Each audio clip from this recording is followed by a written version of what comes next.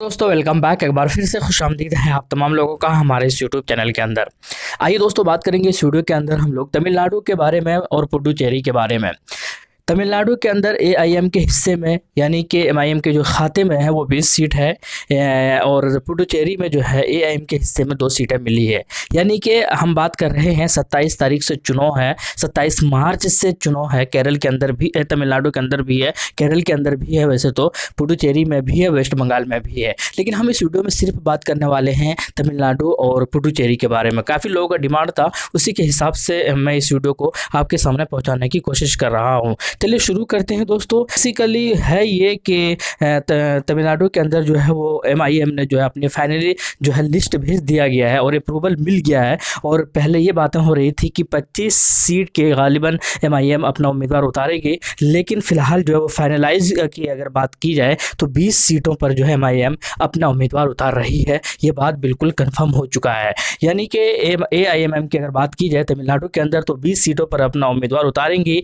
पहले अगर बात की जाए 2000 इससे पहले जब चुनाव हुआ था 2016 के अंदर, तो वहाँ पर मात्र 2 सीटों पर उम्मीदवार उतारा था, जो कि दोनों के दोनों सीट जो हार गया था। लेकिन ये आज इस वीडियो के अंदर हम लोग बात करेंगे क्या कहा है गठबंधन के बारे में तमिलनाडु के अंदर भी। और पुडुचेरी की अगर मैं बात बता दूं तो पुडुचेरी के अंदर टोटल 30 सीट है और 30 सीटों में से एआईएमएम के हिस्से में 2 सीटें गई है। यानी कि 2 सीटों पर उम्मीदवार अपना उतारेगी एआईएम की पार्टी। पुडुचेरी की अगर बात की जाए वो लिस्ट और फाइनलाइज जो है वो हो चुका है। दूसरी बात करते हैं तमिलनाडु के अंदर तो 234 सीट है टोटल, और 234 में से जो है वो 20 सीटों पर उम्मीदवार उतारेगी। और दोनों ही जो है वो 27 मार्च को ही यानी कि एक ही फेज़ में जो है एक ही चरण के अंदर जो है वो चुनाव होना है। यानी कि बंगाल में जैसे कि 8 चरणों में चुनाव है, वहाँ पर तमिलनाडु के अंदर एक ही चरण के अंदर सारा का सारा सीटों का चुनाव है। और इसी तरीके से पुडुचेरी के अंदर भी है। लेकिन हम बात कर रहे हैं कि ये कह रहे हैं कि 8 सीटों पर जो है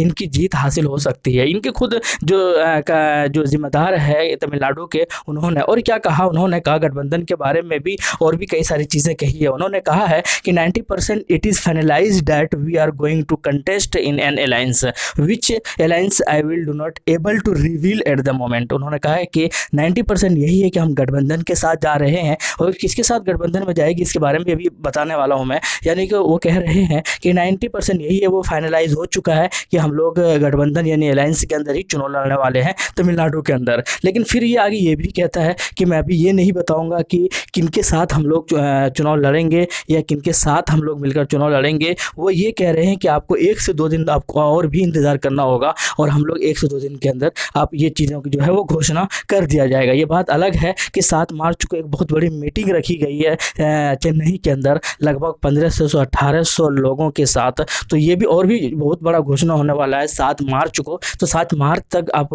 थोड़ा सा इंतज़ार करें, और जैसे ही चीज़ें घोषणा होती है किनके साथ जाते हैं वो भी हम आप तक पहुंचाने की कोशिश करेंगे। लेकिन ये साथ में ये भी कह रहे हैं कि if that doesn't work out we are ready to contest the election on our own. ये कह रहे हैं कि अगर कोई हमारे साथ नहीं भी होता है, कोई किसी के साथ गठबंधन नहीं भी करते हैं, तो हम तैयार हैं कि हम अकेले ही चुनाव लड़ेंगे। तो कुल मिलाकर ये सईद अहमद का ये बयान है और उन्होंने ये बयान दिया है। लेकिन ये कुल मिलाकर ये बात है कि 8 जगहों का नाम लिया है, और ये कह रहे हैं कि मिनिमम 8 जो है सीट जो है वो हम लोग जीत रहे हैं, निकाल रहे हैं। उनमें से 8 सीटों का नाम भी इन्होंने कहा है। अंबूर का नाम लिया है, विनियमबाड़ी का भी नाम लिया है, कृष्णागिरी का भी नाम लिया है, इसके अंदर चेन्नई है, इसी तरीके से मदुराई है, इसी और भी 1-2 सीट और भी नाम लिया है। तो कुल कह रहे हैं कि 8 सीटें जो इनके हिस्से में जाने की संभावना है, ये ऐसा इनको लग रहा है। लेकिन सबसे बड़ी बात है कि एक लगभग आधा दर्जन मुस्लिम पार्टी जो है वहाँ पर पहले से चुनाव लड़ती है। उनमें से जैसे कि आप सुने होंगे इंडियन यूनियन मुस्लिम लीग,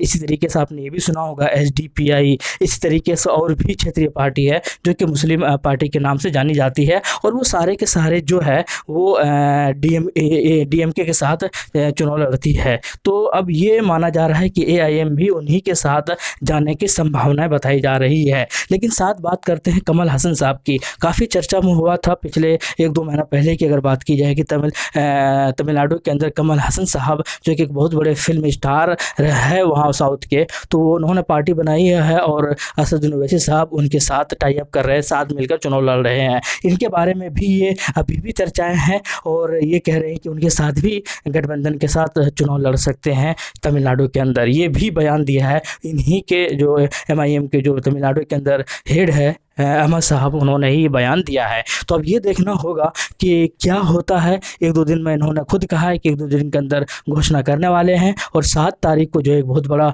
मीटिंग रखा गया और उस मीटिंग के अंदर बाकी चीज़ें और भी जो भी छोटी-मोटी चीज़ है वो फाइनलाइज़ कर लिया जाएगा। तो जैसा भी होता है हम आप तक पहुँचाने की कोशिश करेंगे इस अपडेट को, लेकिन फ़िलहाल इतना ही कि के अंदर चुनाव लड़ रहे हैं, चुनाव हो रहा है और 7 तारीख को ही चुनाव है। एक ही चरण के अंदर चुनाव होना है। पुडुचेरी के अंदर भी एक ही चरण के अंदर चुनाव होना है। 7 तारीख को ही चुनाव है वहाँ पर भी, और वहाँ पर 2 सीट और तमिलनाडु के अंदर 20 सीटों पर चुनाव लड़ रहे हैं। अभी तक का यही अपडेट है एआईएमआईएम की जानिब से। आप क्या कहते हैं कमेंट सेक्शन में ज़रूर बताइएगा। शुक्रिया, जय हिंद, लव यू।